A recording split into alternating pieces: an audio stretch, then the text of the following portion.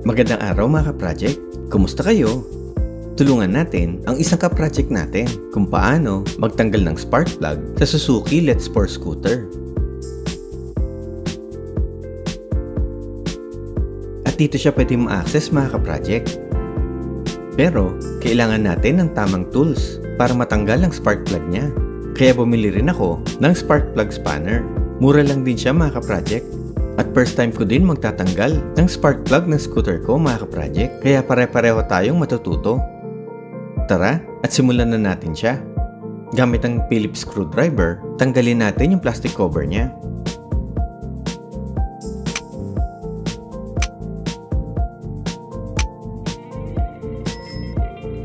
Ayan, tanggal na siya.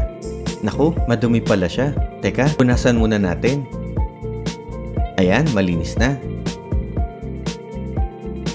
Ayan yung access natin para matanggal yung spark plug. At ang nakikita natin ngayon ay yung spark plug wire niya. Para matanggal natin siya, dito natin siya sa ilalim ma-access. Hihilahin natin siya ng paatras. I-twist mo lang ng konti at hatakin ng dahan-dahan.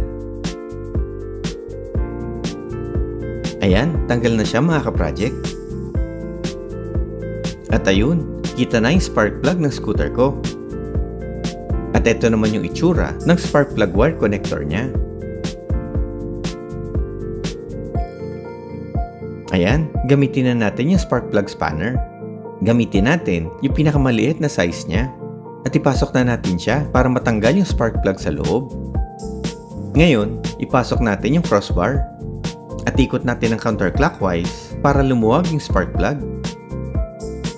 Ayan, ikutin na natin. At mararamdaman mo na tanggal na siya. Hilahin natin ng dahan-dahan mga ka-project.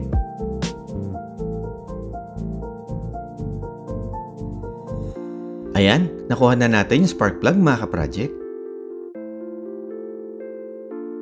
Naku, merong langis yung spark plug niya. Mukhang kailangan ko na magpaayos ng makina niya. Kasi, pag meron ng langis yung spark plug, maaaring sira na yung engine gasket niya. Naku, kailangan ko na siyang pag-ipunan mga ka-project. Pero ngayon, punasan muna natin siya. Ito namang spark plug wire. Malinis naman yung loob ng connector niya. Siya naman yung nagko-connect ng kabilang dulo ng spark plug tulad ng ganito. Tara, ibalik na natin yung spark plug niya. Pero bago yan, lagyan muna natin yung spark plug spanner ng electrical tape para hindi lumubog yung spark plug pag ikakabit na natin. Ayan, ganyan siya. Okay, ibalik natin yung spark plug sa makina. Kapain lang natin ng dahan-dahan at pag pumasok na siya, iikot naman natin siya ng clockwise para kumapit siya. Ayan, okay na. Tanggalin na natin yung electrical tape. Tapos, saka natin siya ulit higpitan mga ka-project. Okay, i-hand tight lang natin siya mga ka-project. Saka natin ibalik yung spark plug wire niya. Itulak natin siya ulit pabalik sa spark plug hanggang sa maramdaman natin na kumabit na siya.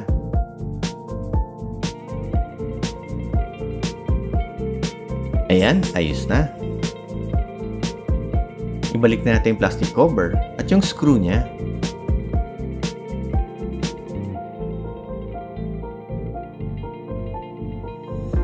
Okay na mga ka-project. Madali lang siya, di ba? At kaya mo rin yan mga ka-project. Kung nagustuhan niyo yung video ko or may natutunan kayo, pakiclick naman yung like, don't forget to share and subscribe to my YouTube channel. Pakiclick na rin yung bell icon para ma-update ka sa mga bagong videos ko.